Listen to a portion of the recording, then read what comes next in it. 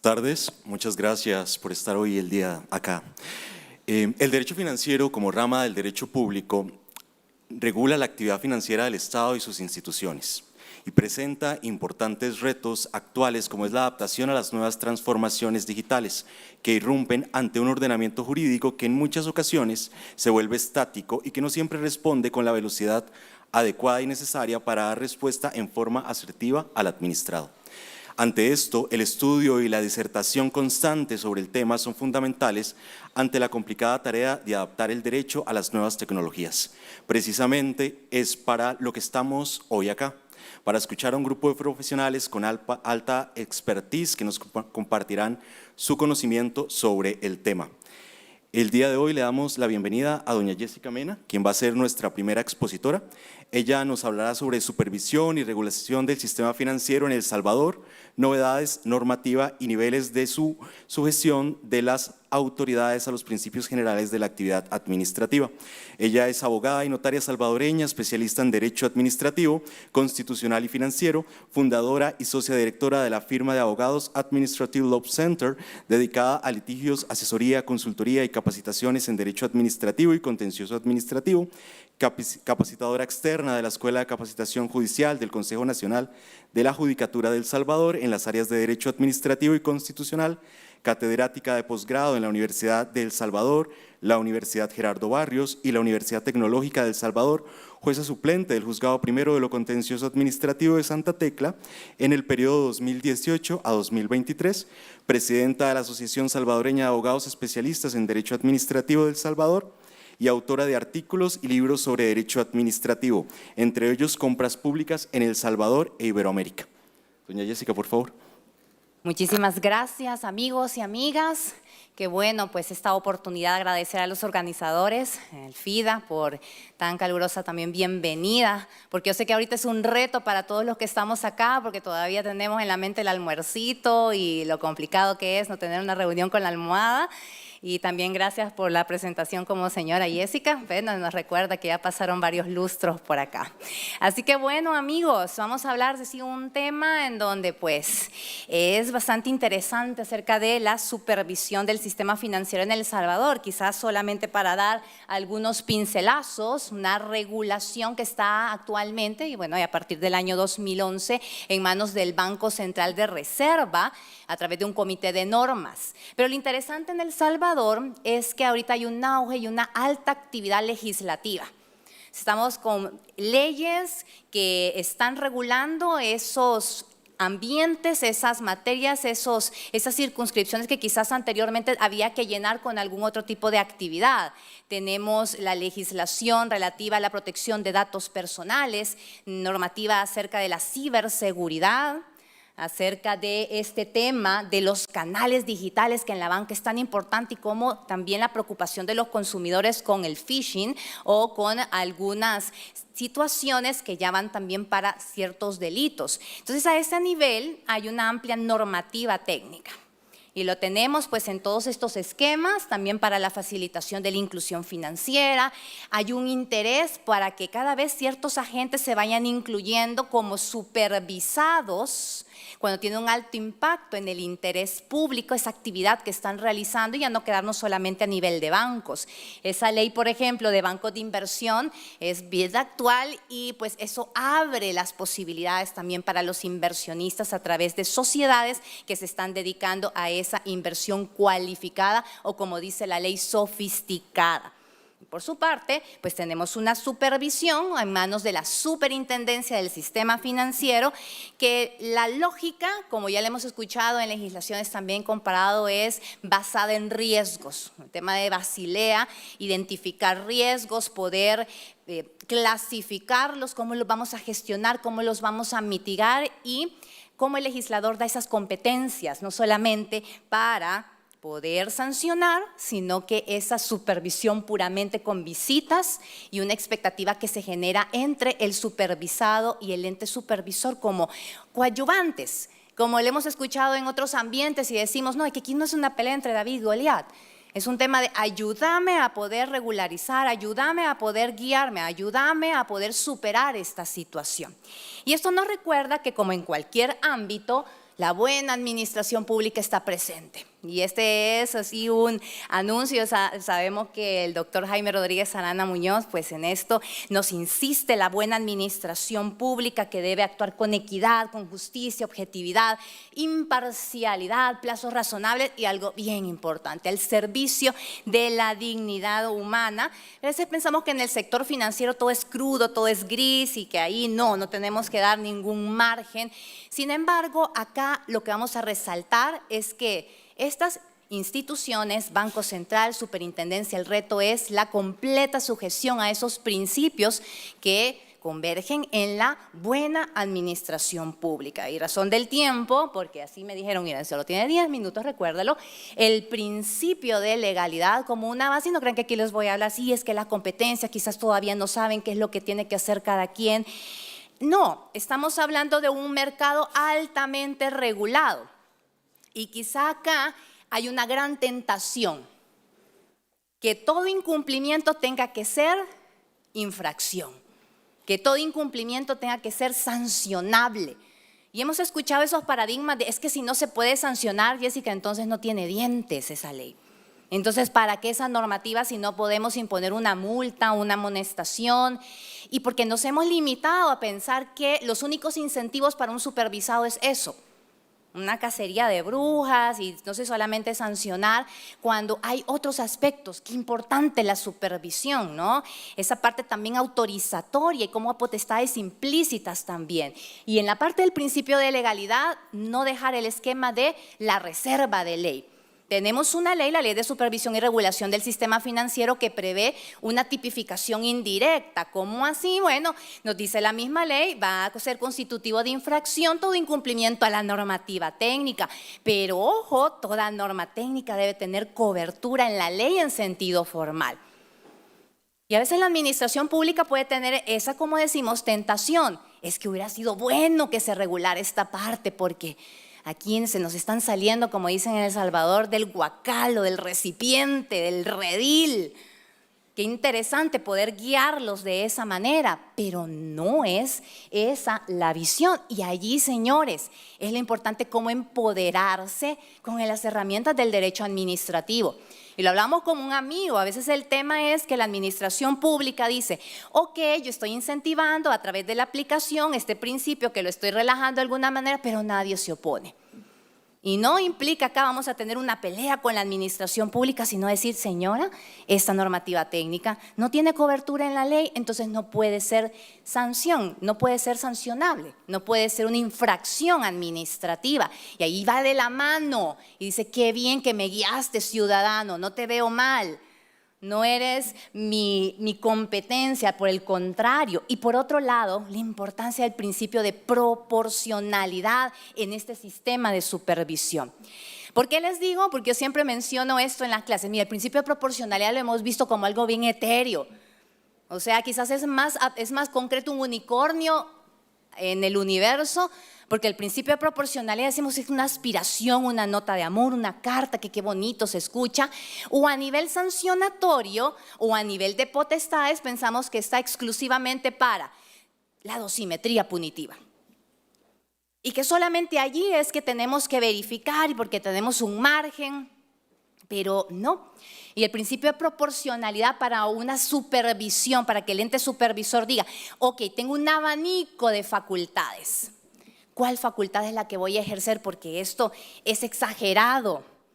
Debe ser la última herramienta. Y aquí vienen estas manifestaciones de la mínima intervención del Estado.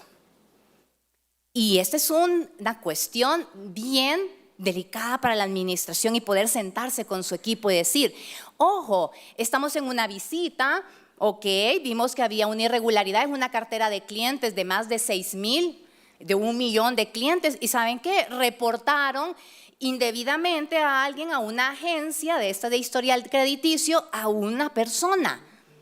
Y lo hicieron porque por el tema de COVID, pues hubieron ajustes y parecía como que estaba en mora, pero no le está. Sin embargo, la administración pública nuevamente tentada a decir, no, pero es infracción.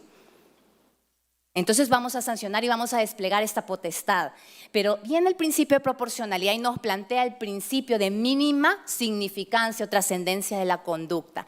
Y me encanta que te plantea, mire, aunque formalmente es constitutivo o es una conducta que puede encajar en una infracción, la administración pública pondera. Es mayor el sacrificio que estoy generando al administrado. Es mayor lo complejo que estoy haciendo en este caminar de supervisión que realmente la conducta. Ojo, estamos reportando a un banco como alguien que no tiene las medidas de ciberseguridad en sus canales digitales. ¿Cómo se mira eso? Y nadie va a preguntar, fíjese que es por un cliente de una cartera de 1,000, de 2,000. Entonces, en ese sentido, vemos cómo la administración siempre va, la buena administración, la sujeción de los principios y los retos. Que para estos entes la supervisión sea esa parte en donde yo puedo restablecer la finalidad de regularizar, porque si no perdemos de vista, bueno, ¿y cuál es la intención de sancionar? Si ya superamos estas circunstancias, si ya tenemos, y ojo señores, en esta parte no todo es blanco o negro. De repente el ente supervisor te guía, mira, este es mi criterio, pero también te voy a sancionar. ¿Pero por qué? Porque esto ya está siendo excesivo. Y a la luz del principio de legalidad y de proporcionalidad, es importante el acompañamiento, ¿ok? Es importante que yo te guíe, ¿ok? Entonces con eso sentirme satisfecho. Y acá viene también lo importante. Hay mucho campo, y eso podemos decir que en El Salvador hay mucho campo para invertir, para considerar si acá tenemos un sistema que está siendo resguardado, hay una normativa, pero utilizar las herramientas de derecho administrativo, que es la cuestión, porque acá decimos, no todo está bien, pero ¿qué es lo que podemos hacer?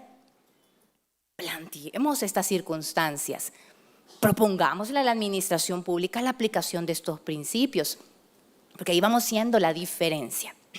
En ese sentido, estimados, creo que ya vamos justo pues en el tiempo, agradecerles esta oportunidad y decirles pues que esta parte es integral, multidisciplinaria y la administración pública debe llevar de la mano al administrado para que esto realmente sea estable y no haya una lucha y en la que podamos ver cumplidos esos objetivos que a veces también vemos demasiado abstractos, el interés general y una estabilidad del sistema financiero. Muchísimas gracias.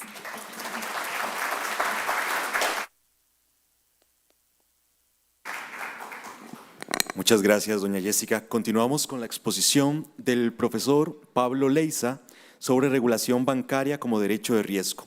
Él es doctor en Derecho y Ciencias Sociales por la Universidad Mayor de la República Oriental del Uruguay, profesor de Derecho Administrativo de la Universidad de la República Oriental del Uruguay, magíster en Derecho Administrativo por la Universidad Austral de Buenos Aires, magíster en Derecho con énfasis en Derecho Constitucional y Derechos Humanos por la Universidad Católica de la República Oriental del Uruguay, autor de varias obras y artículos referentes al derecho público.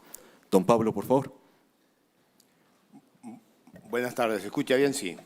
Bueno, en primer lugar quiero agradecer a la organización que tengo presente, a Luis, con el trabajo excelente que está haciendo y a todo tu equipo. También quiero agradecer al Colegio de Abogados y Abogadas de Costa Rica y a las autoridades del FIDA, al profesor Jaime Ruiz Arana y al profesor Carlos del Piazzo. El tema, como se dijo, que me toca exponer, conversar con ustedes, es la regulación bancaria como derecho de riesgo. Un tema muy importante en la actualidad. La incursión del derecho administrativo en la regulación de los riesgos es vital actualmente. Es vital porque muchos de los servicios de los que goza la sociedad actual son de una forma u otra prestadas, fomentadas o controladas por el Estado. O a su vez, cada actividad conlleva, por su propia naturaleza, determinados riesgos cuya asunción debe ser adecuadamente distribuida. Puntualmente, en lo que se refiere a la actividad bancaria, el derecho administrativo se ha encontrado tradicionalmente con grandes dificultades para sistematizar todas estas técnicas y disposiciones que existen de forma de facilitar su correcta interpretación y aplicación jurídica. El problema que creo que ocurre esto se debe quizás al origen extrajurídico de la regulación bancaria, que en gran parte es obra de economistas. Por lo que en toda ciencia o disciplina, y puntualmente en derecho, lo que motiva su construcción y avance son los cambios o fenómenos sociales, y ello es lo que dio lugar a lo que se denomina en la doctrina europea el derecho de riesgos. Para entenderlo cabalmente, cabe partirse de la contraposición de la noción de riesgo con la de peligro, mientras que los peligros se refieren a los perjuicios y efectos adversos que pueden resultar de las causas naturales o de las actuaciones primarias del hombre. Los riesgos comprenden aquellos efectos indeseados, podríamos decir, pero generados por el genio del hombre cuando, puesto al servicio de la sociedad, se desarrolla por la tecnología, la innovación, etc. En otras palabras, el riesgo es la consecuencia no deseada pero admitida o soportada por diversos agentes, que se fundamenta en la ventaja que, como contrapartida, genera. Es un mal menor en comparación con el bien que genera. En lo que respecta al riesgo de la actividad bancaria, para ejemplificar los constantes o cotidianos riesgos que se enfrenta la actividad bancaria, podemos manejar algunos ejemplos. Por ejemplo, desde el momento de que una persona depositante confía a otro, el banco, dinero, a efectos de que éste lo custodie y obtenga cierta rentabilidad, existen riesgos, siempre existen riesgos. Pueden ser mayores o menores. Por lo tanto, yo, Pablo Leiza, tengo en mi casa una cantidad de dinero, $300.000, y deseo no tenerla ya en mi casa y la quiero colocar en un banco, o sea, abrir una caja de ahorro, o sea, lo que se llama dinero a la vista. ¿Por qué? Porque la puedo sacar cuando quiera.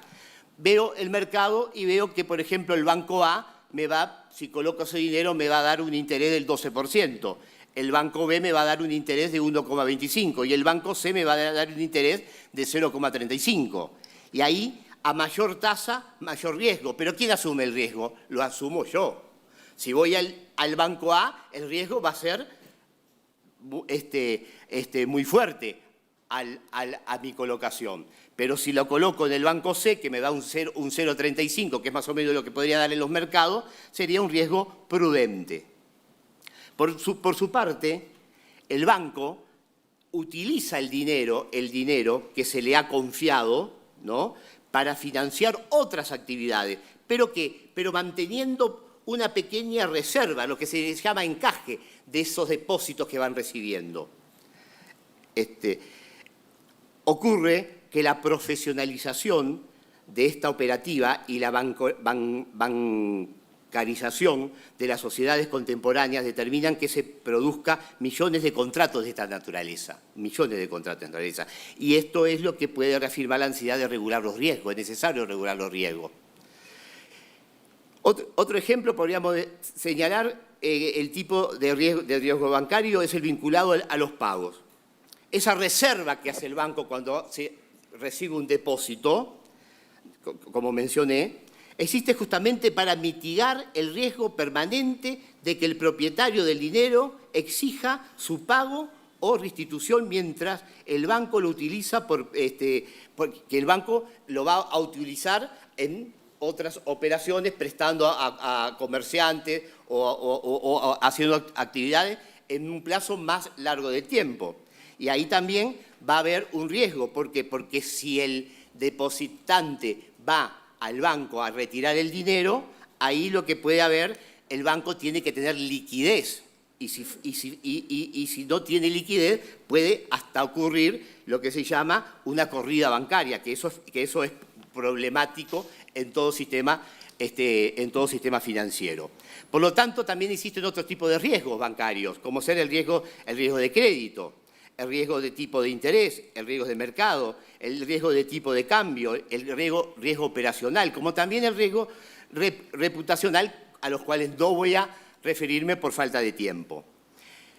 Los riesgos bancarios no dependen en principio de la tecnología sobre las leyes naturales, sino que tienen naturaleza social, resultan de la conducta humana. Ello los hace más difícil de prever, lamentablemente, y de controlar porque son el resultado de decisiones económicas de millones de personas. Y ello a su vez hace crecer desconfianza en las instituciones bancarias. La mayoría de las crisis financieras que terminan con grandes corridas bancarias se originan ¿por qué? Porque las personas pierden la confianza en el sistema, ¿no? Y eso a veces al perder la confianza se produce un efecto dominó que puede hacer caer el propio sistema financiero de un país, o puede ser hasta llegar a ser mundial. Entonces, el objetivo de la regulación es institucionalizar una supervisión adecuada de los bancos para reducir la probabilidad de que se produzcan retiradas masivas de fondos que a su vez provoquen pánico en los usuarios de todo el sistema bancario y conductas contagiadas que generen crisis económicas financieras. Ahora bien, esta aceptación general de la actividad bancaria lleva implícita una distribución desigual de ventajas, de las ventajas y de los daños. Mientras que las ventajas se extienden en general al conjunto de la sociedad, los depositantes de las entidades bancarias quedan expuestos de manera más directa a los riesgos financieros que el resto de la sociedad, que no confía en colocar su dinero en los bancos. Por ello, la finalidad última de la regulación bancaria será la protección patrimonial de los depositantes y de la economía en general frente a los riesgos financieros. Por lo que, por consejos del Comité de Basilea número 2 y posteriormente el 3, aconsejan a las instituciones bancarias que tengan lo que se llama la supervisión bancaria basada en riesgo, el SBR, que representa un enfoque regulatorio utilizado por los supervisores financieros para evaluar y mitigar los riesgos en los bancos de manera proactiva. Por lo que, ¿qué es lo que los gobiernos tienen que buscar a través de la regulación bancaria? La seguridad en el sistema. Y para eso se han hablado, y el Comité de Basilea III hace referencia a algunos principios fundamentales, ¿no?, para minimizar los riesgos bancarios. Uno es el llamado principio de precaución en la regulación bancaria y el otro es el principio de la prudencia. Con respecto al primero, surge ante el constante dilema que pesa sobre los poderes públicos en el momento de encontrar un equilibrio entre, por un lado, las libertades y derechos de las personas físicas y jurídicas y, por otro, la necesidad de alcanzar un elevado nivel de protección frente a los riesgos que amenazan diversos bienes jurídicos. Y con respecto al principio de prudencia bancaria, este es un principio que tiene un alcance mayor que el de precaución, pues comprende también la fase de desvaloración del riesgo y sus efectos, ¿no?, que previa a la adopción de decisiones para gestionar ese riesgo, para marcar la línea donde comienza a operar el principio. Por lo tanto, es importante señalar que estos principios en muchos ordenamientos jurídicos no están regulados en normas positivas, ¿no? O sea, no están cristalizados o positivizados, pero en nuestro país el Banco Central los utiliza y los utiliza para lograr la estabilidad en el sistema financiero. ¿Y cómo ingresan estos principios a nuestro ordenamiento jurídico? El Uruguay tiene un artículo muy importante, que es uno de los pilares del constitucionalismo uruguayo, que es el artículo 72, que señala la enumeración de los derechos, deberes y garantías que hace la Constitución, no limita a los otros que son inherentes a la personalidad humana o que derivan de la forma republicana del gobierno. Recordemos que, como decía Alexis y del propio Atienza, la contracara de un derecho es un principio. Por lo tanto, en nuestro ordenamiento jurídico, estos principios que acabo de mencionar ingresan a nuestro ordenamiento por el artículo 72 de la Constitución, aunque no estén positivizados, o sea, cristalizados en una norma jurídica. Para finalizar, entonces, quiero señalar lo siguiente. La regulación de los riesgos bancarios es fundamental para garantizar la estabilidad financiera, proteger a los depositantes y usuarios, previniendo crisis económicas, fomentar la transparencia, el cumplimiento de las normas transnacionales y prevenir, por supuesto, el lavado de dinero y el fraude. La regulación de los riesgos bancarios es clave para la sostenibilidad del sector financiero y la economía en general, pero debe ser implementada y aplicada de acuerdo con una interpretación equilibrada en el que el faro deben ser los principios mencionados, el principio de precaución, el principio de prudencia, pero además los principios de razonabilidad como el de proporcionalidad que hacía referencia la colega hace un instante. Muchas gracias.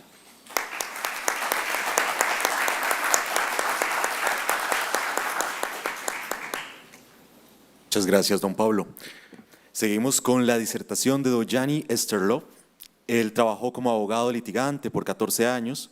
Posteriormente dirigió varios departamentos en la Superintendencia General de Valores y en la Superintendencia de Pensiones durante 25 años. Es licenciado en Derecho, máster en Economía con énfasis en Banca y Mercados de Capitales y máster en Dirección y Gestión de los Sistemas de la Seguridad Social. Actualmente es consultor legal. Él nos expondrá sobre el financiamiento de obra pública con fondos de pensiones. Muy buenas tardes. Muy bien.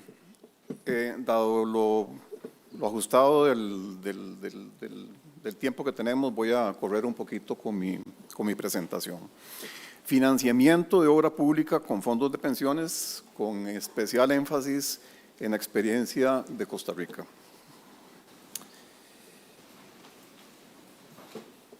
Costa Rica realizó una reforma previsional muy importante en el año 2020, que creó un segundo pilar de pensiones complementarias, de capitalización individual, de contribución definida y administrado por operadores o gestores privados. Para este año, con datos de la superintendencia, agosto de este año, este pilar o este régimen administraba 27.000 millones de dólares invertidos, por supuesto, en valores nacionales y en valores extranjeros. En Costa Rica, la Ley de Protección al Trabajador, que fue la que creó este nuevo pilar, estableció un límite en las inversiones extranjeras de un 25% y este límite se puede aumentar hasta un 50% bajo ciertas condiciones de rentabilidad de los mercados. No voy a entrar aquí a explicar mucho ese tema porque si no vamos a perder un poco de tiempo.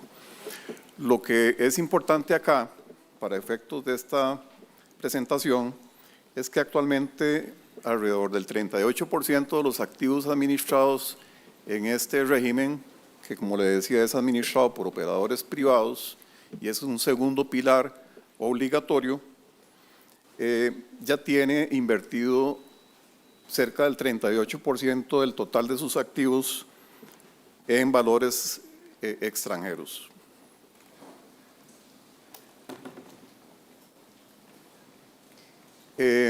Según estimaciones que se habían hecho en la Superintendencia de Pensiones, cuando yo trabajaba por ahí, se había estimado que para el año 2020 2027 se iba a agotar el límite del 50% de inversiones en el exterior.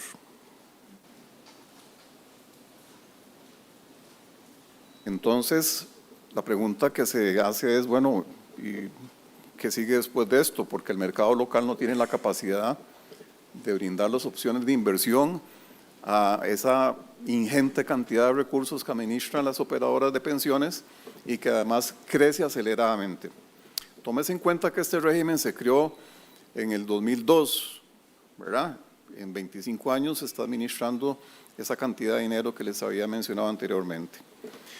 Las opciones que existen entonces es ampliar el límite, lo cual significa una reforma legal complicada por los riesgos políticos que eso conlleva. Ustedes saben que sabemos lo que entra en los congresos, pero no sabemos lo que sale, ¿verdad? Podemos ir con una propuesta de aumento del 60% del límite en los mercados internacionales y podemos con suerte, por razones políticas, no técnicas, salir con un porcentaje menor que el que actualmente tenemos. La otra opción es desarrollar el mercado de valores local, lo cual no hemos sido exitosos en eso, a pesar de los muchísimos esfuerzos que se han hecho durante muchos años.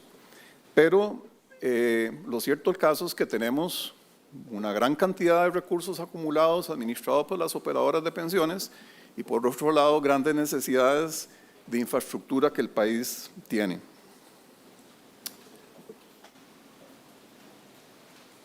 Entonces parece lógico el desarrollo de obra pública con recursos de los fondos de pensiones, porque, y eso es tomado del informe del Estado de la Nación de 2024, a marzo de 2023 la cartera de crédito destinada a inversión en infraestructura ascendió a $4.493 millones, distribuidos en 23 créditos. Nótese que aquí estamos hablando de créditos, no de recursos propios, porque la inversión con recursos propios mostró un descenso de un 33% respecto al registrado hace una década y de acuerdo con la Contraloría General de la República, entre 2020 y 2023 el gasto real en construcciones, adiciones y mejoras se había reducido un 31% y en mantenimiento y reparaciones un 45%. Entonces, ¿por qué los fondos de pensiones no invierten en el desarrollo de infraestructura? Los argumentos que se han planteado es que resulta más rápido y más barato que el desarrollo de infraestructura pública se haga a través de bancos y organismos multilaterales. Se ha alegado también que este tipo de proyectos generan rendimientos menores respecto de inversiones en títulos valores que se pueden hacer en los mercados internacionales y además que los fondos de pensiones no deberían asumir riesgos constructivos y legales. Yo no me voy a detener mucho en el análisis de esto por temas de tiempo, pero esto no es necesariamente cierto. Lo cierto del caso es que lo que ha sucedido en Costa Rica es que los ciclos políticos incentivan el financiamiento a través de créditos, porque los incentivos de los políticos son incentivos de corto plazo, es decir, las próximas elecciones. Ha habido una ausencia de una articulación interinstitucional que permita estructurar proyectos de infraestructura que puedan financiarse a través del mercado de valores, en donde los inversionistas institucionales puedan adquirir esos valores. Y también es cierto que no es posible que los fondos inviertan directamente en el desarrollo de infraestructura, ni tampoco indirectamente a través de la adquisición de deuda o de títulos de propiedad no listados en bolsa porque la ley lo impide.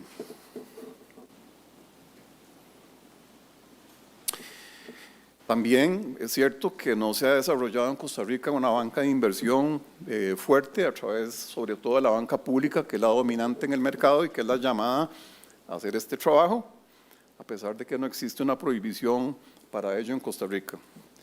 Tampoco los banqueros de inversión internacionales se han interesado en los proyectos de infraestructura en Costa Rica porque son relativamente pequeños para ellos.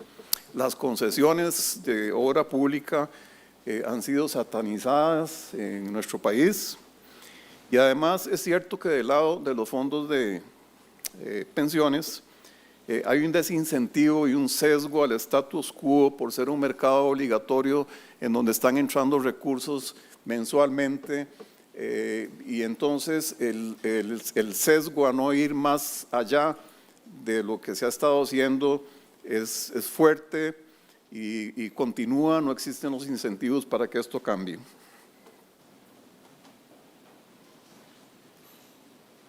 ¿Qué pueden hacer países pequeños entonces con una institucionalidad poco efectiva en el desarrollo de infraestructura y con limitados recursos públicos, como son la mayoría de los países latinoamericanos y en especial el caso de Costa Rica?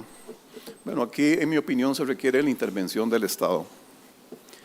La banca pública, que como les decía es predominante y fuerte en Costa Rica, no ha tenido los incentivos para la estructuración de proyectos de infraestructura pública. Están enfocados más en la banca comercial, y yo creo que ahí los bancos públicos han quedado debiendo.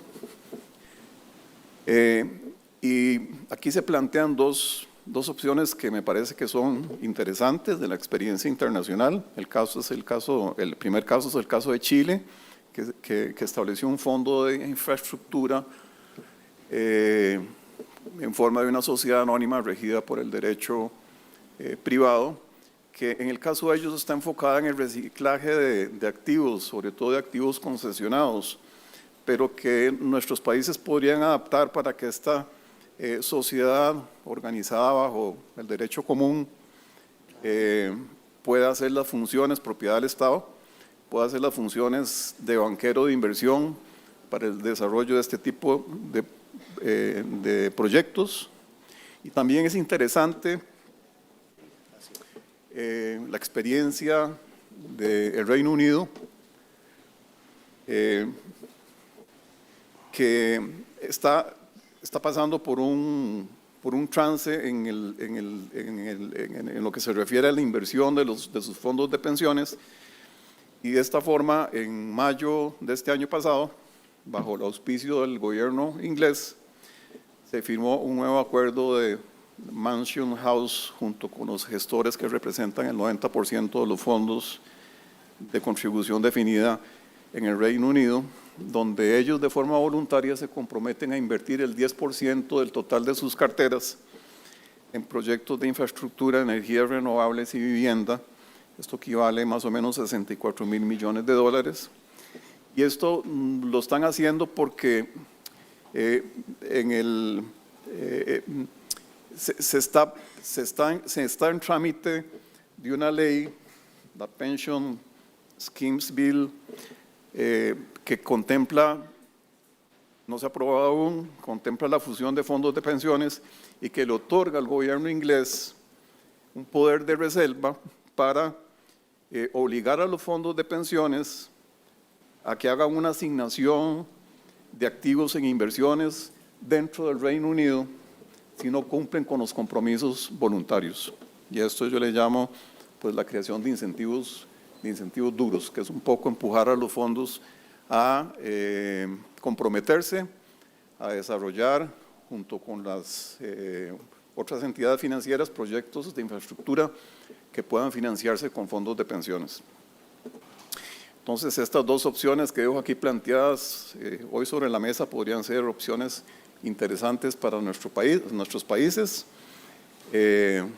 sin dejar de mencionarles la importancia de las pensiones para nuestros países y sobre todo por los problemas demográficos que estamos teniendo, que presentan estos cambios amenazas importantes en el largo plazo, y por ello es importante ir trabajando en la reforma no solamente de los fondos de pensiones, sino en los regímenes de inversión para poder generar mayores ingresos y así poder pagar mejores pensiones en el futuro. Muchas gracias.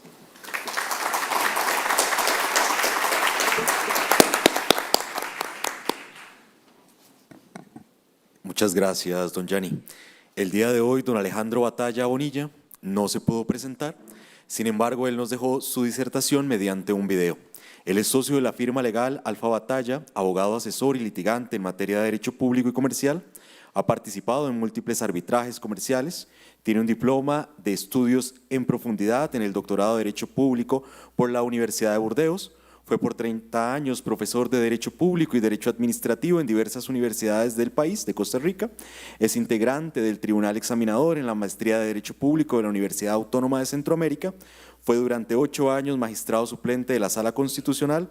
Ha impartido decenas de conferencias en Derecho Público y en Derecho Regulatorio. Buenas tardes.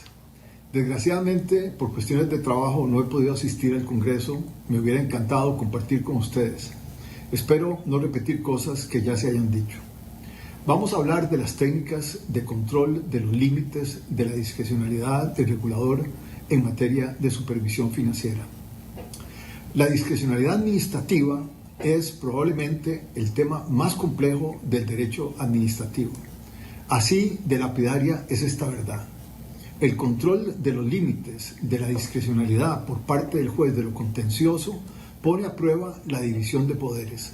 El juez tiene que saber hasta dónde llega su control jurídico para no invadir las competencias administrativas y, por otra parte, el juez no puede abandonar el control de esos límites sin poner en riesgo la arquitectura del principio de legalidad y del Estado de Derecho. He aquí un difícil equilibrio. El asunto es más complejo cuando se trata del control judicial de las competencias discrecionales de las autoridades de supervisión financiera. Ya fuera cuando el regulador califica a una entidad de una situación de irregularidad luego de un proceso de supervisión basada en riesgos, o ya fuera cuando le impone medidas precautorias frente a una calificación de irregularidad. El asunto es complejo porque la supervisión basada en riesgos es materia especializada de gestión, de finanzas y de riesgos de toda naturaleza del negocio. Ni los jueces ni los abogados hemos sido capacitados en estas materias, y si a esto le agregamos que la normativa prudencial de la supervisión basada en riesgos está colmada de conceptos jurídicos indeterminados, todo esto podría crear una situación que podría promover la denegación de justicia frente a un regulador que de todas formas es poderoso. Como si todo esto fuera poco, vivimos tiempos en que las autoridades de todo tipo no parecen estar dispuestas a aceptar de buena manera el control judicial de sus actuaciones, menos cuando está de por medio el ejercicio de competencias discrecionales. Los bancos y las entidades que realizan intermediación financiera deben realizar la gestión de sus negocios basado en los riesgos que toman, risk management. Esta es una metodología para obligar a los intermediarios a identificar, evaluar y priorizar las amenazas potenciales de su actividad con el fin de implementar controles y medidas efectivas para mitigar o minimizar su impacto o la probabilidad de que ocurra. Del lado del regulador, la supervisión se hace basada en los riesgos que tiene la entidad supervisada y controla la gestión que se hace de esos riesgos. El contenido de la supervisión basada en riesgos ha sido desarrollado por el Comité de Supervisión Bancaria de Basilea como principal organismo internacional que establece las normas para la regulación prudencial de los bancos. Costa Rica no forma parte de ese comité, pero nuestro Banco Central y las autoridades regulatorias han adoptado las normas y recomendaciones emitidas por Basilea como su marco regulatorio para garantizar la estabilidad del sistema financiero costarricense. Esto demuestra que nuestro sistema financiero tiene un importante grado de madurez. Ahora bien, los acuerdos de Basilea son un mínimo. Cada regulador puede imponer discrecionalmente normas regulatorias más estrictas que las de Basilea. Esas normas también están llenas de conceptos jurídicos indeterminados. No cito las decenas de ejemplos de esos conceptos porque requeriría horas. Hasta hace unos años, la supervisión financiera se basaba en un modelo de calificación con base en indicadores de alerta temprana, la famosa ficha CAMELS. Se trataba en gran medida de una métrica para evaluar a las entidades financieras, con poco margen de discrecionalidad del regulador. Pero Hemos pasado de un sistema de competencia reglada a un sistema de competencias fundamentalmente discrecionales. No hay duda de que las mejores prácticas en materia de regulación financiera son las que ha venido desarrollando el Comité de Supervisión de Basilea. Las desventajas que puede tener para los regulados es que la normativa le otorga al regulador unas amplias facultades discrecionales. El correcto funcionamiento del sistema financiero para la seguridad de los ahorrantes y la estabilidad de los intermediarios pasa por el ejercicio correcto de la supervisión. Su amplia discrecionalidad no exime al regulador de hacer el ejercicio de esa discrecionalidad para que mejor satisfaga el interés público. Antes de seguir, debo hacer dos importantes advertencias. Primero, no tengo duda de que los conceptos jurídicos indeterminados son fuente de discrecionalidad administrativa, especialmente en materia técnica. Por otra parte, la discrecionalidad técnica sí existe, salvo que se trate de la aplicación de reglas de la ciencia o de la técnica que no tengan más que un solo sentido de interpretación. Desafortunadamente, la sentencia de la sección segunda del Tribunal Contencioso Administrativo en el voto 138-2009 señaló que no existe discrecionalidad técnica, adhiriéndose a una doctrina que no se apega a la realidad. Prefiero mantenerme en el realismo administrativo. Frente a esa situación, nos preguntamos cuáles son las mejores técnicas de control judicial de la discrecionalidad del regulador financiero. Por razones de tiempo no puedo más que enumerar las más importantes. 1. La motivación comprensiva. Se debe exigir al regulador que motive de manera muy detallada sus decisiones tanto sobre la calificación, luego de una supervisión basada en riesgos, como de la justificación de las medidas precautorias que pueda imponer. La experiencia local es que la administración sostiene que no hace falta tal motivación porque el acto es discrecional, nada más alejado de la exigencia legal. La motivación es una forma de controlar la discrecionalidad administrativa. Si no hay motivación suficiente del acto, el acto debe ser anulado, lo que obligaría al regulador a volver a la mesa de trabajo para justificar de manera extensa cualquier decisión que se tome en esta materia. La motivación comprensiva de todos los motivos del acto es la mejor forma de controlar la arbitrariedad. Cuando se trata de medidas precautorias debe además exigirse al regulador una motivación sobre la proporcionalidad de la medida, es decir, una justificación entre los medios y los fines que pretende lograr. 2. Los conceptos jurídicos indeterminados. Cuando se trata de la aplicación de los conceptos jurídicos indeterminados, la administración debe desarrollar en su motivación el contenido preciso que pretende darle a esos conceptos. En suma, la razonabilidad de la utilización de esos conceptos. 3. El error manifiesto de apreciación. El juez debe, en esta materia, desarrollar el control del error manifiesto de apreciación, de tal manera que puede anular un acto discrecional de esta naturaleza cuando se descubre que el regulador ha cometido un error evidente, grave, un error manifiesto en la apreciación de las circunstancias que motivan el acto. La jurisprudencia debe desarrollar esta técnica de control de discrecionalidad de manera amplia. 4. Los hechos determinantes. Finalmente, el juez debe siempre hacer control sobre la existencia de los hechos determinantes que sirven de base al motivo del acto discrecional. Las técnicas de control de la discrecionalidad que he expuesto en esta materia le permiten al juez cumplir su función de velar por la legalidad de la función administrativa y de respetar las fronteras de la competencia administrativa sin importar la complejidad.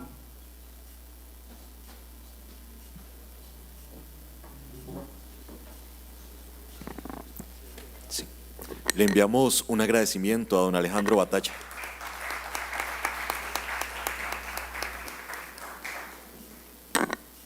Nuestro siguiente expositor es don Luis Ortiz. Él es profesor de grado y posgrado de la Universidad Escuela Libre de Derecho en Costa Rica, profesor de los cursos de regulación y competencia de la Universidad de Valladolid, miembro del Foro Iberoamericano de Derecho Administrativo, expresidente de la Asociación Académica y Profesional de Expertos en Regulación y Derecho Administrativo, además de socio de la firma BLP Legal. Él nos expondrá sobre las resoluciones bancarias, expropiación, confiscación o acto de ablación regulatorio. Muchas gracias. Ánimo, ya viene diciembre, todos bien despiertos, ya casi terminamos. Me han visto muchísimo, así es que me voy a tomar 6, 7 minutos nada más para darles algunas pinceladas de este tema que está en boga, sobre todo en Costa Rica. En Costa Rica en el último año y medio ha quebrado una cooperativa que era mucho más grande que muchísimos bancos y acaba de quebrar, bueno, digo yo ya hace casi un año, una financiera también muy importante. ¿Qué tiene que ver esto con el derecho público? Vamos a ver aquí quiebras y, ¿cómo le decían? Juicios universales y quiebras. Bueno, no, ese es el gran salto dialéctico que nos ingresa en el derecho administrativo. ¿Qué pasaba antes? Bueno, que una entidad financiera, la intervenía el regulador financiero o el supervisor financiero y en el 99.9% de las ocasiones la mandaba a quiebra. Quiebra judicial que tardaba 30 años. Recordarán aquí mis coterráneos los casos de Cofidesa, de Escalante Asociados, de Sotela Montañé, los famosos de 1987 y 86. Entonces, justo para evitar eso, fue que se creó el procedimiento administrativo de resolución bancaria. ¿Cuál es su origen? Bueno, bien decía Pablo que la regulación bancaria o el derecho de la regulación bancaria primero se da en la práctica y luego viene la ley. Bueno, eso pasó en 1929 con la gran crisis, en donde derivado de ello o en reacción de ello se dictó la ley Glass-Steagall y la ley del mercado de valores. Bueno, algo parecido sucedió en el caso de la crisis financiera del 2008. Este es un caso, diría yo, que en materia bancaria y en materia de salud pública, como nos puso en evidencia el COVID, uno de los casos donde más claramente podemos ver los tentáculos del denominado derecho administrativo global, donde ya no podemos, como países, quedarnos en la soberanía estatal y decir, mire, nosotros no nos vamos a adherir a las políticas que dicta el Comité de Supervisión de Basilea y no vamos a seguir la resolución bancaria, porque si no, entonces nos quedamos fuera del mercado financiero. Y el mercado financiero es más grande que los estados. De ahí que estas regulaciones, que no son leyes, que no son tratados, que son recomendaciones, finalmente terminan siendo como el Código Penal más impositivo que pueda haber. Entonces, su origen es la crisis del 2008, se dicta la ley Dodd-Frank en Estados Unidos, derivado de eso, en octubre del 2011, entonces se crea el Global Stability Board y emite unas disposiciones que se llaman los Key Attributes of Effective Resolution Regimes for Financial Institutions. ¿De qué parte esto? Bueno, de que el mundo no quería otra vez repetir los bailouts, es decir, que fueran los estados los que salvaran a estas instituciones porque eran too big to fail. Eran tan grandes que si se dejaban caer, el efecto que iba a tener era tan perverso en las sociedades que era mejor meter dinero público a pesar de que habían sido otros privados los que habían generado el riesgo. Sino que pasemos a un modelo de bail-ins, es decir, que sean los propios que asumen el riesgo los que deban sufrir esto. ¿Y cómo lo hacen? Bueno, reducción de capital y absorción de pérdidas por instrumentos de deuda. Luego el Comité de Supervisión Financiera de Basilea emite los Cross-Border Resolution Group Recommendations y de ahí viene el Fondo Monetario Internacional y trata de impulsar esto en todo lado. ¿Cuál es el concepto de la resolución bancaria? Bueno, es la teoría del helado. El helado, entre más dure, sin comerse o sin refrigerarse, más rápido se va a derretir.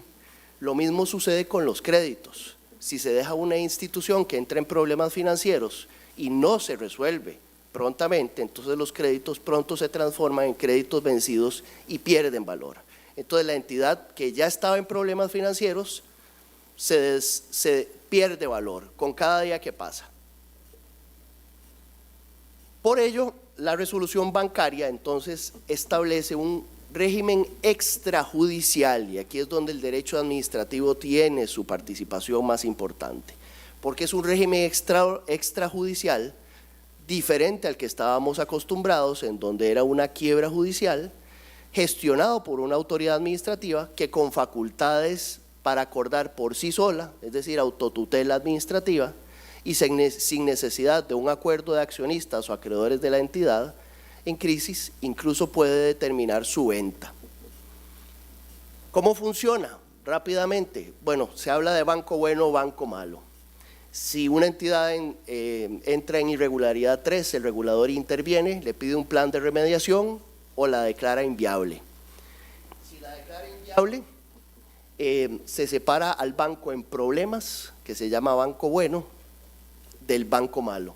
El banco bueno se vende a bancos más solventes en el mercado que tengan interés en asumir esos créditos que sí están sanos, y el resto, el banco malo, se comienza el proceso de liquidación que generalmente, por lo patológico que está su operación, va a terminar en bancarrota. ¿Cuáles son los dilemas regulatorios del derecho administrativo que nos plantea esto? Bueno, que es nuevamente el cambio de paradigma, es que estábamos acostumbrados a que un banco, una entidad financiera, se mandaba a quiebra, se liquidaba a través de resoluciones judiciales. Hoy en día es a través de un procedimiento administrativo y un acto administrativo, una resolución administrativa. Y este acto o resolución administrativa tiene tal poder que puede enajenar una parte de la entidad financiera a favor de otra. Y sin embargo, que esto ha sido objeto de una acción de inconstitucionalidad ya declarada sin lugar por nuestra Sala Constitucional, en ese procedimiento administrativo no se le da participación ni a los accionistas ni a los acreedores. Es decir, la entidad resolutora es la que por sí y por sí misma, ante sí y por sí misma, toma estas decisiones. Y entonces surgen las preguntas que desde el derecho administrativo nos hacemos. ¿Es un mecanismo de regulación que limita la propiedad y la libertad de empresa? ¿Es una confiscación? ¿Es una expropiación? ¿Es ablación de la propiedad pura y simple y por tanto una expropiación forzosa, confiscación? ¿O bien se trata de una técnica de ablación ordenadora de la regulación? Esto ha tratado de ser contestado ya por lo menos con estos 3 libros, cada uno, para que sepan, llega a conclusiones distintas. Este concluye que es una confiscación, este concluye que es una expropiación y este concluye que es un acto de ablación ordenatoria. Tenemos bastante los administrativistas entonces que estudiar sobre este tema, que antes parecía que lo llevábamos en quiebras y juicios universales, pero que hoy se volvió un tema de derecho administrativo. Muchas gracias.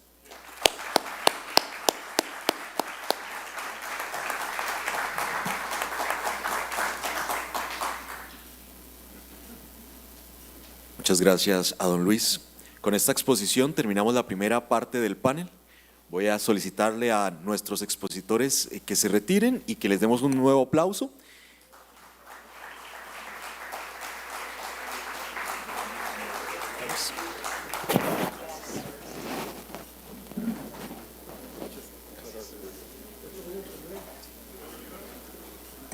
Llamamos a los profesores Graciela Rocco, Cristian Román y Marco González, quien continuarán con la segunda parte de esta exposición.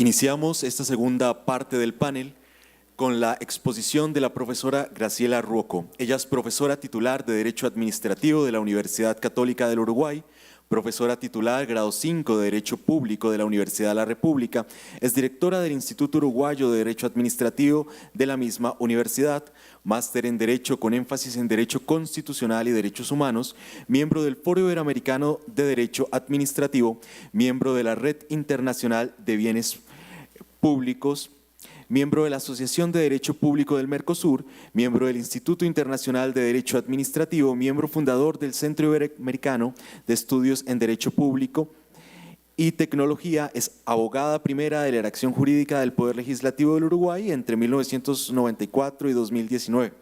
Por favor, doña Graciela.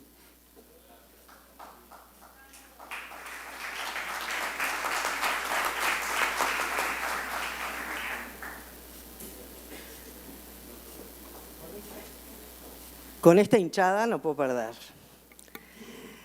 Muy buenas tardes a todos, un gusto saludarlos, un gusto saludar a mis queridos colegas profesores del FIDA, un gusto saludarlos a todos, felicitarlos por este esfuerzo de formación que hacen los graduados y los que son estudiantes, cosa que creo que está muy bien para la vida futura de todos.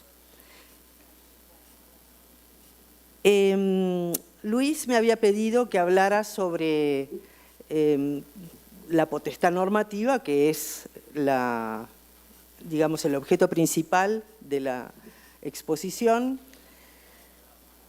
pero voy a tomar algunas figuras en particular, porque son muchas, los distintos instrumentos mediante los cuales se ejerce la función, la potestad normativa, y no otros que, por ejemplo, los acuerdos que Luis me hablaba, no son una figura que se utilice en nuestro país. Así que voy a hablar fundamentalmente de dos instrumentos mediante los cuales se ejerce la potestad normativa que son propios de nuestro país.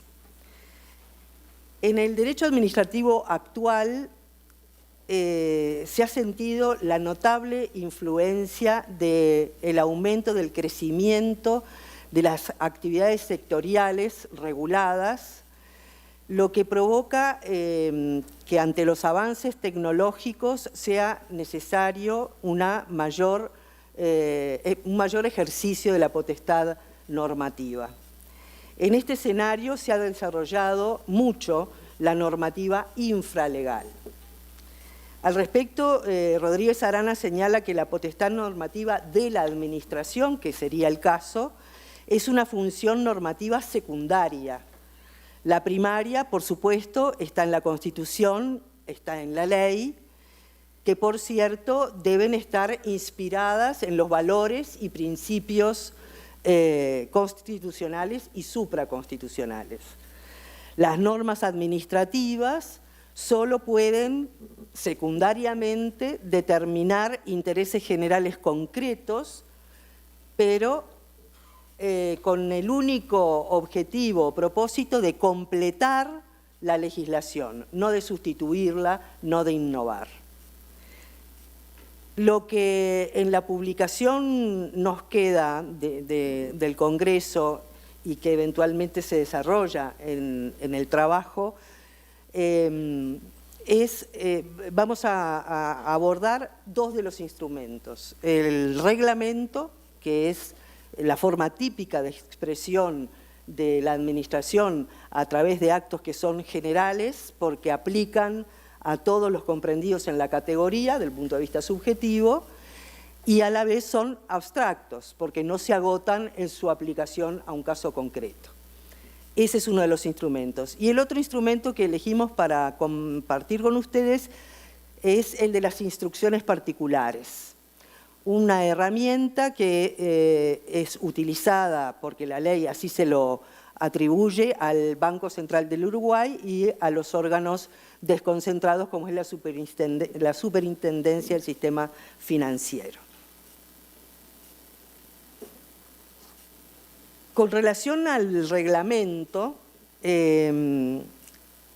esta, digamos, caracterización que acabo de hacer como acto general y abstracto surge a partir de una doble clasificación que permite una cuádruple categoría que el querido profesor Cajarville fue el que de alguna manera plasmó en nuestro decreto que regula el procedimiento administrativo, que precisamente clasifica los actos administrativos en actos generales o particulares, según su alcance subjetivo, y actos abstractos y concretos según su alcance objetivo.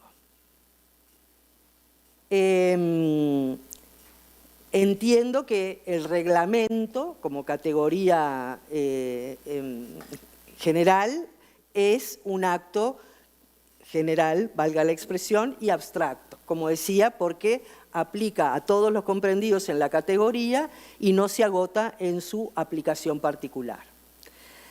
Mientras que las instrucciones particulares, conforme luego vamos a ver, son ejemplos de reglamentos singulares. ¿Por qué? Porque aplican a una persona perfectamente determinada, física o jurídica, y no se agota en su aplicación al caso concreto. En este contexto, la ley ha reconocido a los entes reguladores financieros la potestad normativa sectorial. Estas entidades cuentan con personal capacitado, conocimientos especializados, un área de experiencia específica, lo que permite utilizar sus conocimientos para establecer las normas detalladas que regulan aspectos particulares de la legislación.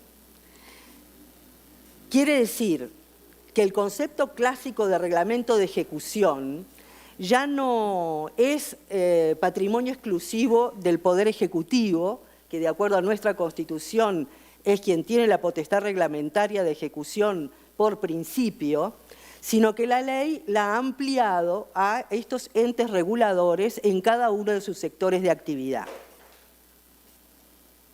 No se trata de la, digamos, regulación interna que toda unidad administrativa tiene para organizar internamente sus servicios. Se trata de una actividad regulatoria que va a tener por destino aquellas personas reguladas, aquellas personas que son controladas por la entidad reguladora. La potestad reglamentaria permite complementar, como decíamos, y desarrollar la legislación. Tiene carácter normativo y vinculante, y su objetivo es establecer normas técnicas y procedimientos para garantizar el adecuado funcionamiento de la administración y la correcta aplicación de las leyes. En el caso del Banco Central del Uruguay y de su órgano desconcentrado, la Superintendencia de los Sistemas Financieros, solo es de principio su potestad reglamentaria interna, es decir, la que corresponde justamente al órgano por ser jerarca en ejercicio del poder de dirigir la conducta de sus subordinados y el funcionamiento de la organización estructural. La potestad reglamentaria externa, es decir, la que implica regular conductas de sujetos y empresas ajenas a la institución, no es de principio. Debe haber una norma legal que la atribuya en forma expresa, y esto básicamente por el principio de especialidad. El alcance de la potestad del Banco Central del Uruguay y sus órganos desconcentrados, del punto de vista reglamentario, lo fija la ley. La ley es la que determina los sujetos que van a ser alcanzados por la regulación del Banco Central y sus órganos desconcentrados. También fija la finalidad. La ley que le atribuyó esta facultad al Banco Central del Uruguay es una ley que está formulada de manera bastante genérica y por tanto parece que todo pudiera entrar dentro de la competencia del Banco Central en materia financiera. Lo que se debe hacer precisamente es acotar esa facultad, esa aplicación que luego el Banco Central va a hacer de esta potestad en la medida en que está sujeto, por supuesto, al orden jurídico todo, es decir, el principio de juridicidad es el que va a limitar esta potestad reglamentaria del regulador. Y cuando digo los límites de la potestad reglamentaria, también me gusta evocar al profesor Cajarville, que él decía, esta expresión la podemos llevar al singular, el límite de la potestad reglamentaria, porque él dice que el límite es uno solo y es el apego a la regla de derecho, entendiendo justamente por regla de derecho un concepto amplio que incluye los principios, que incluye las normas constitucionales, las normas legales, incluso hasta los contratos. Por tanto, como dice Rivero Ortega, la Constitución, la ley, el principio de juridicidad es como una barrera o línea roja que marca hasta dónde el regulador puede ejercer su potestad normativa.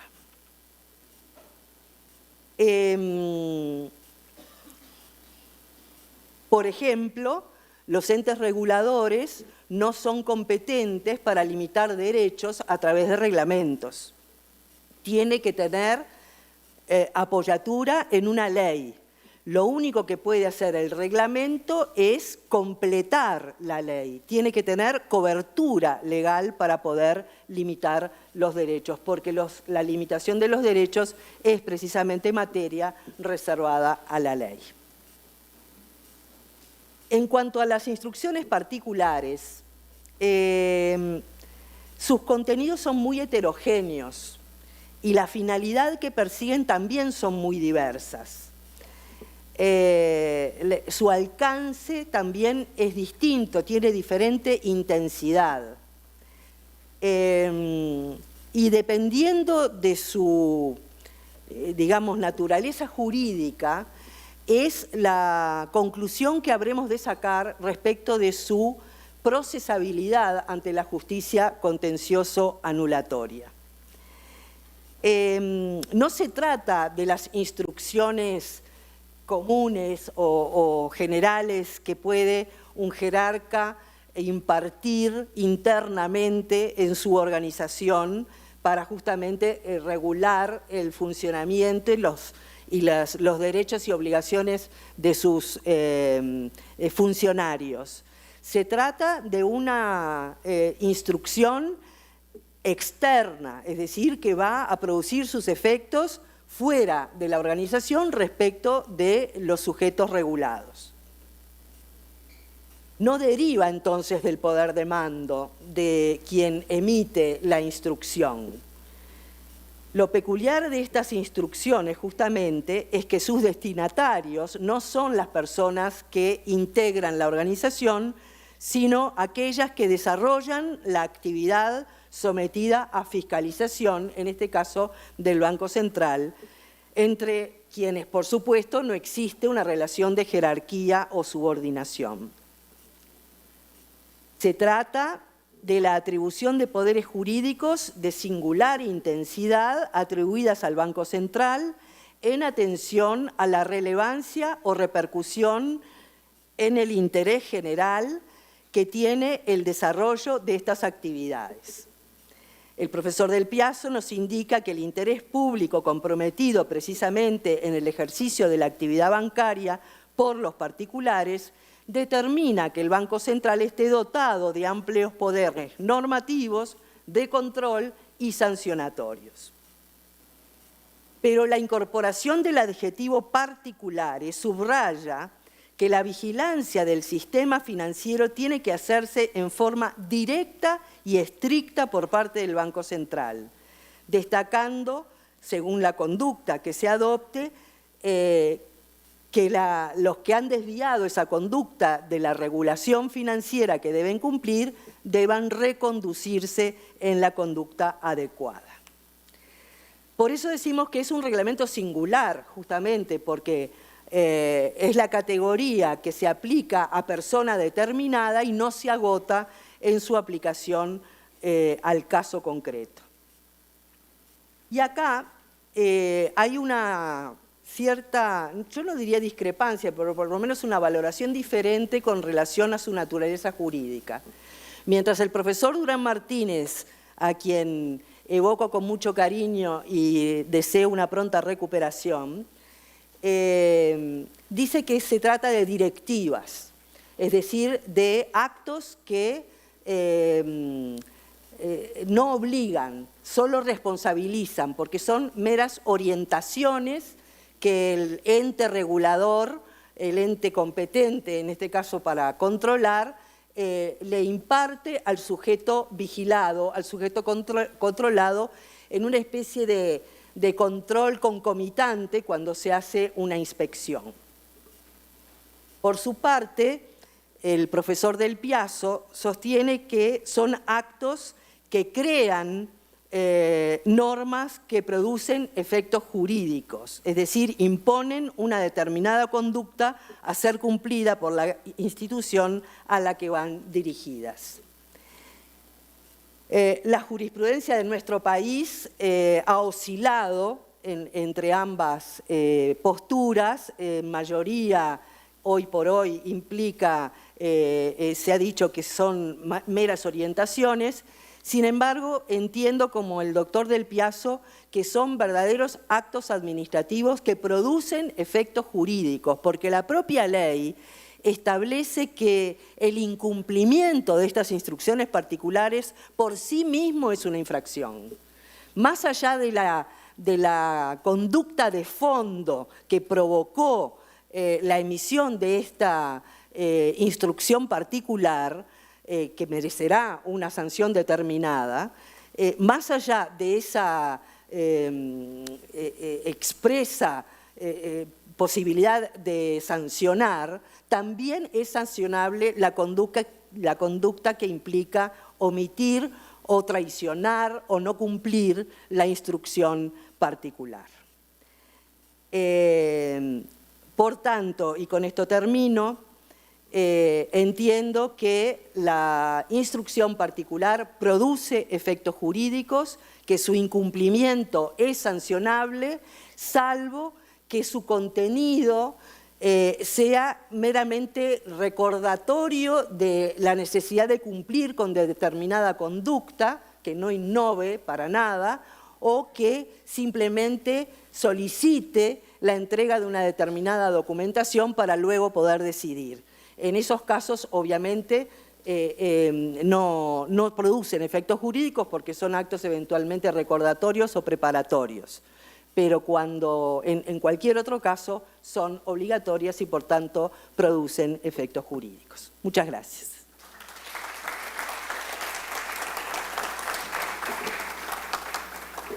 Gracias a doña Graciela. Continuamos con el profesor Cristian Román. Él es abogado, licenciado en Ciencias Jurídicas y Sociales y magíster en Derecho, con mención de Derecho Público por la Universidad de Chile. Actualmente se desempeña como profesor asociado de Derecho Administrativo en la Facultad de Derecho de la Universidad de Chile. Nos expondrá sobre el principio de inderogabilidad singular de los reglamentos y su aplicación respecto de los reglamentos multero. Hola, muy buenas tardes. Quisiera agradecer y felicitar la organización de este Congreso Internacional de Derecho Administrativo y el tema que me convoca. Para entrar al tema, quisiera destacarles que en 1848 en Chile hay una norma que regula el régimen interior del Estado y que facultaba a los intendentes, respecto de ciertas conductas, a disponer la sanción de hasta 25 palos respecto de los agentes de policía. Los palos eran literalmente palos. Pero lo interesante es que un autor, don Jorge Uneu Seger, un célebre constitucionalista nacional, señala que esa norma le hace que el rubor aflore a las mejillas. Pero lo que él cuestionaba era en esencia de que la sanción la pudiera disponer la propia administración y que no hubiese un procedimiento previo. Pero hoy por hoy también podríamos tener otro reproche. ¿Cuál?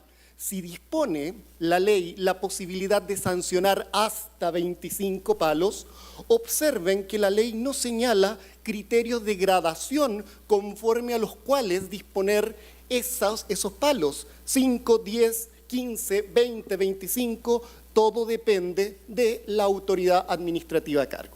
Vale decir, podríamos hablar de una potestad discrecional, sino derechamente arbitraria. ¿Y por qué les destaco esto? Ya que aludo a esto del reglamento multero. Si la ley señala aquello, podrá sancionar con hasta 25 palos. ¿Puede un reglamento en un concepto amplio, entendiendo el reglamento propiamente tal, una resolución, una guía o incluso un Excel delimitar el ejercicio de la potestad sancionatoria? Vale decir, ¿cuándo 10, cuándo 5, cuándo 20, etcétera? Pues bien, esto es lo que se discutió recientemente a propósito de valores y seguros respecto a la Superintendencia de Valores y Seguros. ¿Por qué? Porque la antigua ley, esto se reformó, permitía al superintendente, frente a ciertas infracciones, aplicar un esquema de sanciones o a su elección otro. Y ese otro señalaba expresamente hasta el 30% o hasta el 30% de la operación irregular. El problema es que en el caso hubo muchos involucrados y ellos se percataron que a algunos le aplicaron el 8.5, a otros el 10.5 y a otros el 30% de la operación irregular. El problema era que la resolución, al momento de graduar la multa, dado que la ley solo eso señalaba, no establecía ninguna razón o criterio que determinara que en un caso fue 8.5, 10.5 y en el otro caso 30. Ellos recurrieron ante el Tribunal Constitucional y el Tribunal Constitucional dijo: esta ley tiene un problema, no es conforme a la proporcionalidad en su fase abstracta. Le corresponde al legislador señalar expresamente la sanción, pero también establecer criterios de gradación, como acá establecía que era hasta el 30% de la operación irregular, y como no establecía criterios de gradación, la intencionalidad, número de personas afectadas, etcétera, el Tribunal Constitucional estableció que esa norma era inaplicable, no podían ser aplicadas por los tribunales, y eso se tradujo en un caso que una multa cursada por la Superintendencia de Valores y Seguros de $70 millones bajara a $3 millones. ¿Por qué? Porque como la ley no establecía los criterios de gradación, malamente la administración podía establecer la razón en cuya virtud se había aplicado el máximo de la sanción que permitía este esquema.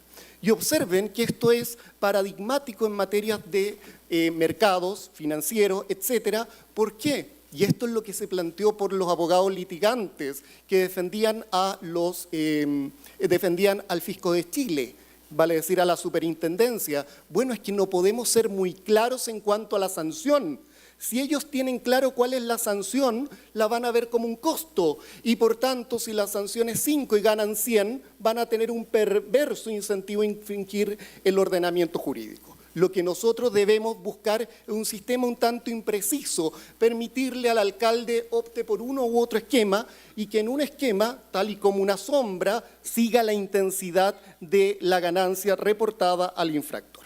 Lo interesante es que como medida para mejor resolver en esta sentencia, en este proceso, el tribunal dijo, bueno, pero superintendencia hay, y la expresión que utilizó fue una instrucción interna o externa que usted, superintendencia, en defecto de la ley, haya aplicado para adjudicar la sanción, para graduarla. Y en rigor estricto no la hubo. No hubo lo que el tribunal llamó instrucción interno-externa. Pero la pregunta es, ¿y si la hubiese habido? Si es que hubiese habido esa instrucción interno-externa, y por tanto pudiera la administración válidamente fundar la sanción máxima que aplicó ¿este reproche de constitucionalidad habría prosperado como aconteció acá o derechamente habría sido desechado? Por tanto, acá aparece lo que yo denomino el reglamento multero. Y esto lo podemos observar en otras materias. Por ejemplo, en Gendarmería, ¿qué se constató? Siempre se aplica la mayor sanción, reclusión en celda en solitario.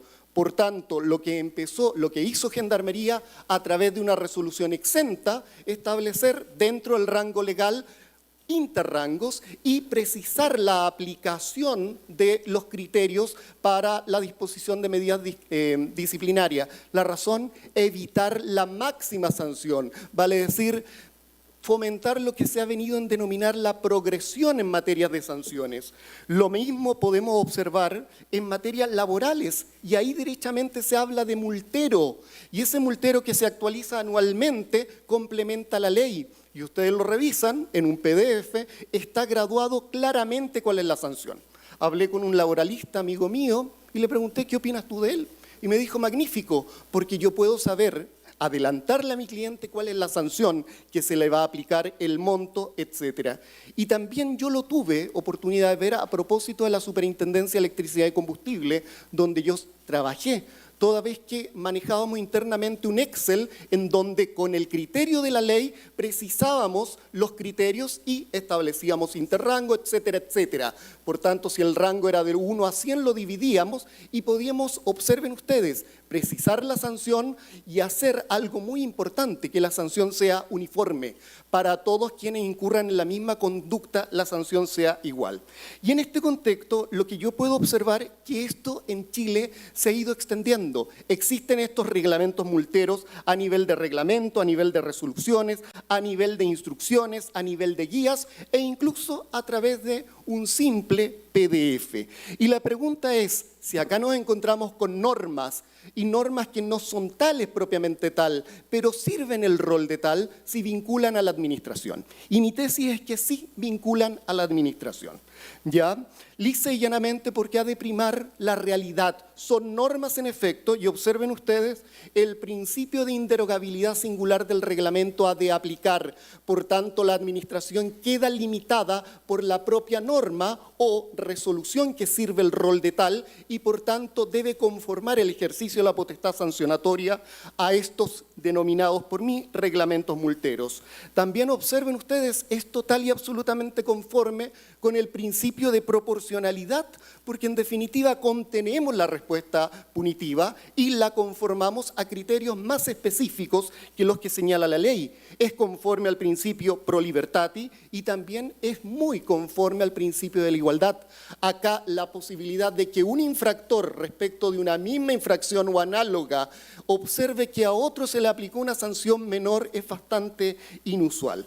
Lo interesante es que esto se ha extendido a sede judicial, como dirán ustedes, de una manera muy sencilla. Los tribunales, cuando se impugna una multa por desproporcionada, esta multa es ilegal por desproporcionada, lo que hacen los abogados litigantes es recopilar todas las sanciones análogas anteriores de la administración y presentárselas a modo de estadísticas al tribunal. La Corte Suprema, por tanto, dice, sí, en efecto, mire, siempre respecto a esta conducta se aplicaron 10, a usted le aplican 20 y el acto administrativo en cuya virtud se aplica la sanción no es motivado. Lo interesante es que acá une dos ideas, la proporcionalidad y la igualdad, tesis que yo he denominado la proporcionalidad igualitaria.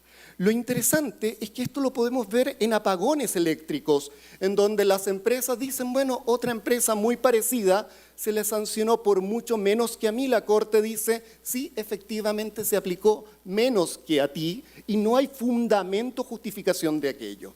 Lo interesante, y con esto ya voy terminando, un caso ya paradigmático, una infidelidad en la Armada. Un miembro de la Armada, un oficial, fue infiel con la cónyuge de otro oficial de la Armada. Y se le aplica una sanción de expulsión por esa causa, una sanción disciplinaria de expulsión. ¿Y qué es lo que alega él? En vía de protección dice, pero a ver, mira, recopila toda la práctica, el precedente administrativo y observa que en los últimos 5 años la sanción había sido amonestación, amonestación, amonestación, amonestación, amonestación y en su caso expulsión. Y la Corte dice, bueno, esa sanción es ilegal, simplemente porque no es conforme con el precedente. La administración debe ser coherente con su práctica anterior, violenta la proporcionalidad, violenta la igualdad y además puede establecer un criterio distinto, pero que lo motive, y en este caso no estaba motivado. Concluyo, por tanto, señalando que el reglamento multero es muy interesante, permite mayor certeza, permite previsibilidad, permite mayor proporcionalidad, permite mayor igualdad. E incluso, con esto concluyo, lo singular es que hoy en la mañana le pregunté a ChatGPT, ¿ya? Lo siguiente, busqué un caso muy extremo. Yo soy vendedor de encendedores, soy una empresa que vende encendedores, no están certificados por la Superintendencia de Electricidad y Combustible. ¿Qué sanción a riesgo? Y lo llamativo es que me reúne todos los ejemplos que encuentra en la red, que son 4, y me dice, a la luz de esto, en base a los ejemplos, podría esperarse una multa y me establece distintos rangos de acuerdo al número de encendedores que yo estaría vendiendo sin certificación. Y me agrega, si me dices cuántos encendedores vendiste, su valor aproximado, número de personas a las que le vendiste, etcétera, puedo estimar más precisamente para tu caso la multa. Miren ustedes lo llamativo, ¿por qué? Porque la administración probablemente, prontamente, al momento de graduar la sanción, bastará que ingrese toda su práctica anterior para que sea la propia inteligencia artificial la que establezca la sanción, la gradúe y evite cualquier reproche en cuanto a ilegalidad fundada en la desproporción de la misma. Con eso concluyo. Muchas gracias.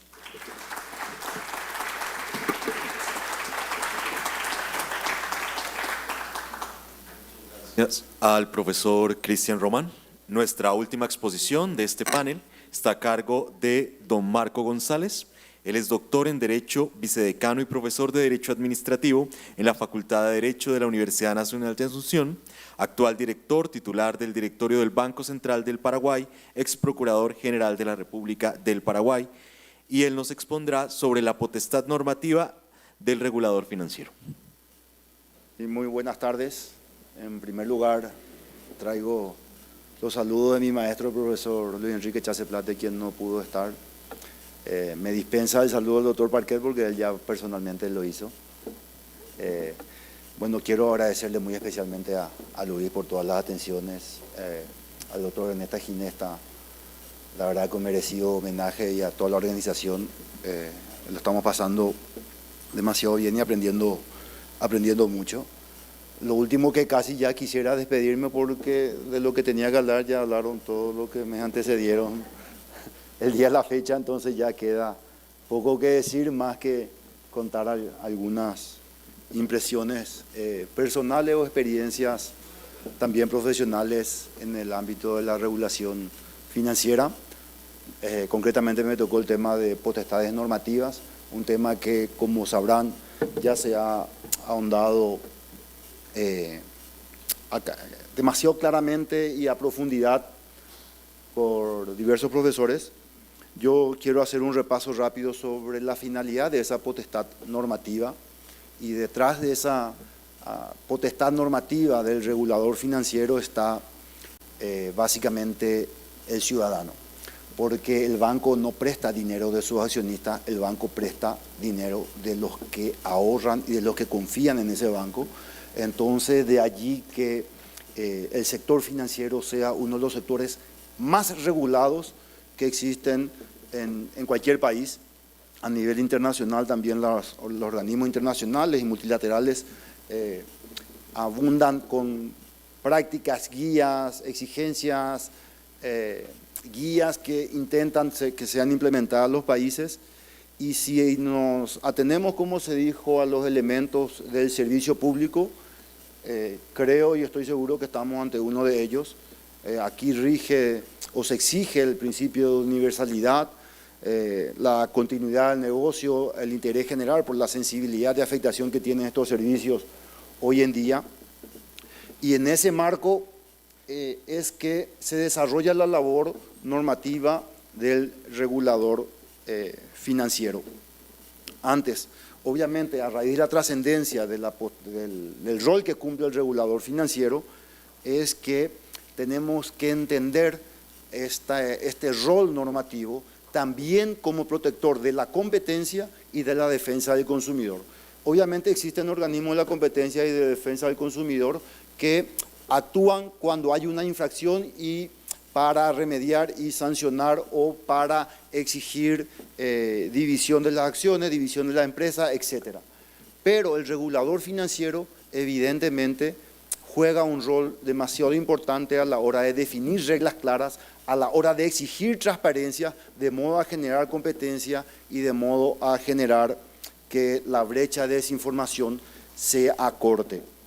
Esa es una finalidad que la tenemos todos presentes, aunque el regulador financiero, sabemos, no se mete en la relación banquero-cliente, porque es algo, lo que escapa de su competencia, se mete más en la estabilidad financiera y en la situación macro, trata de salvaguardar la tutela al consumidor, al cliente, al ahorrista, cuidando la salud financiera de la entidad.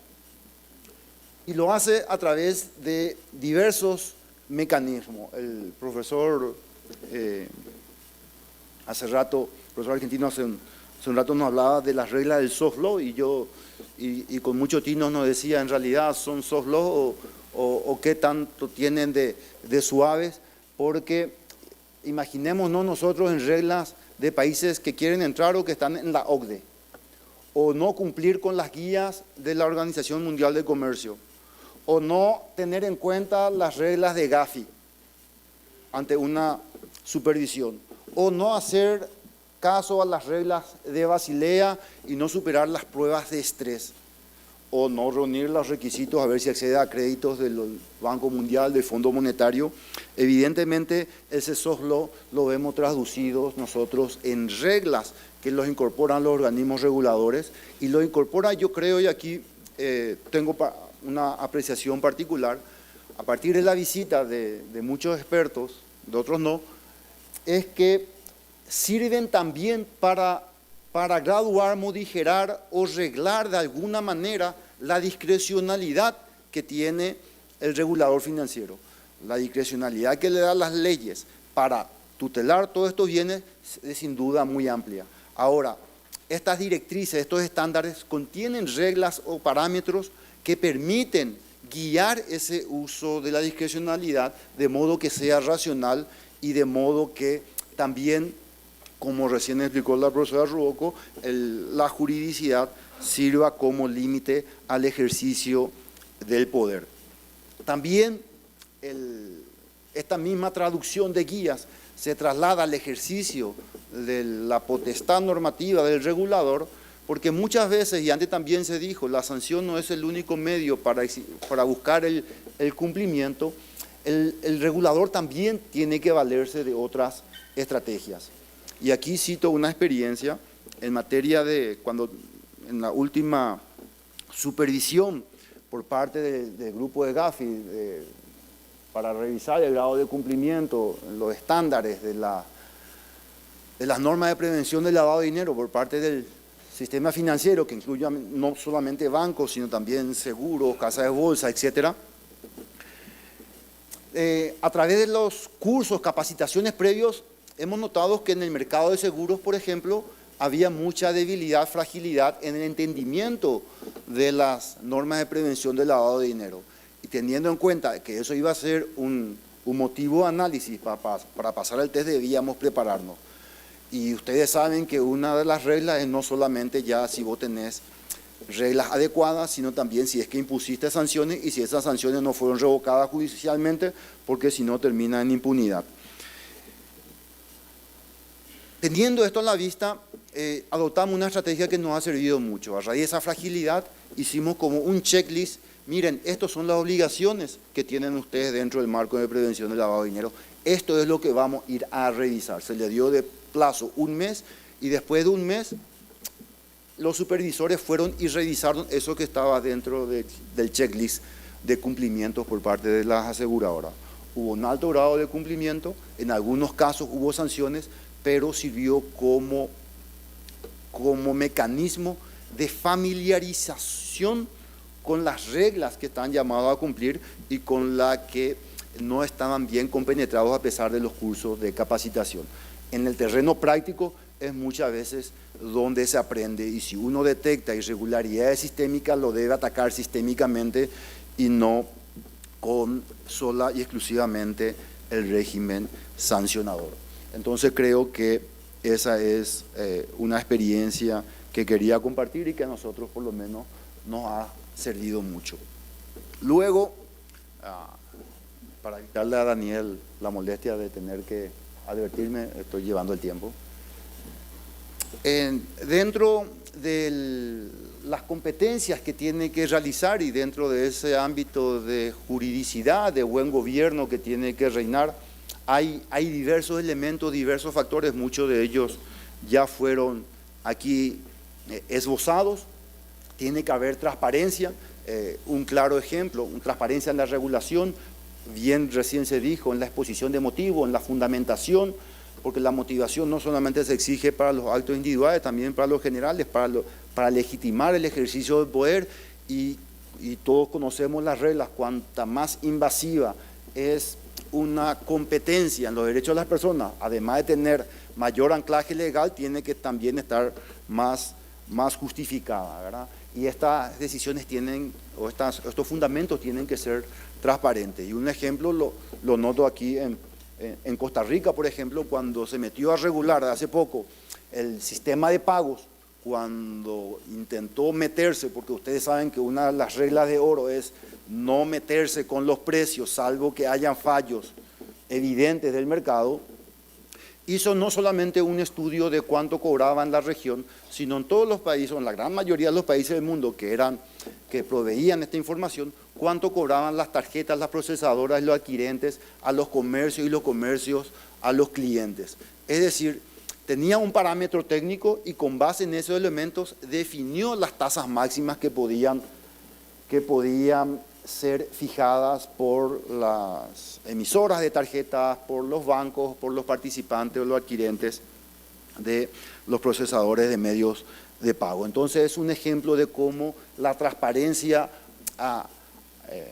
ayuda a generar una buena regla normativa y ayuda a legitimar, en los términos que hablaba Jesse, a legitimar el ejercicio de la función pública en el terreno, en el ejercicio del poder, en aras de la satisfacción general. Allí es cuando existirá legitimación. La razonabilidad, obviamente, la proporcionalidad, mucho ya se ha hablado, es una regla del Estado de Derecho para tutelar el derecho a la defensa, de modo que las personas puedan conocer las razones y cuestionar las razones con las que no están de acuerdo. Y aquí solamente ya se habló del principio de igualdad, porque a raíz de la fundamentación se puede exigir igualdad. Ya me vino a la mente el caso que expuso el profesor chileno recientemente, de cómo se tratan las cuestiones igualitarias por parte de los tribunales. El libro Ruido, que le ha servido a Kahneman para ganar el premio Nobel, que lo ha escrito con Sunstein y con Sibon, ahí justamente pone en tela de juicio, bueno, en realidad decimos que no podemos prescindir del juez, de la conciencia, pero nos damos cuenta que la inteligencia artificial puede brindar soluciones más igualitarias, y este podría ser un ejemplo, y esto solamente lo llamo a la reflexión, no como una premisa indiscutible.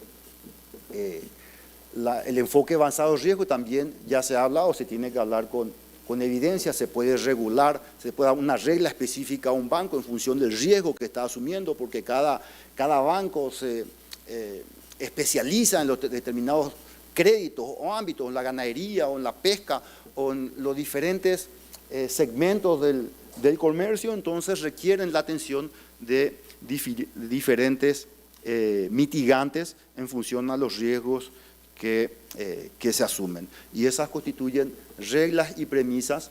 Obviamente, todo esto debe contar con una evaluación del impacto regulatorio que muy pocas veces ocurre, pero que es tan necesario.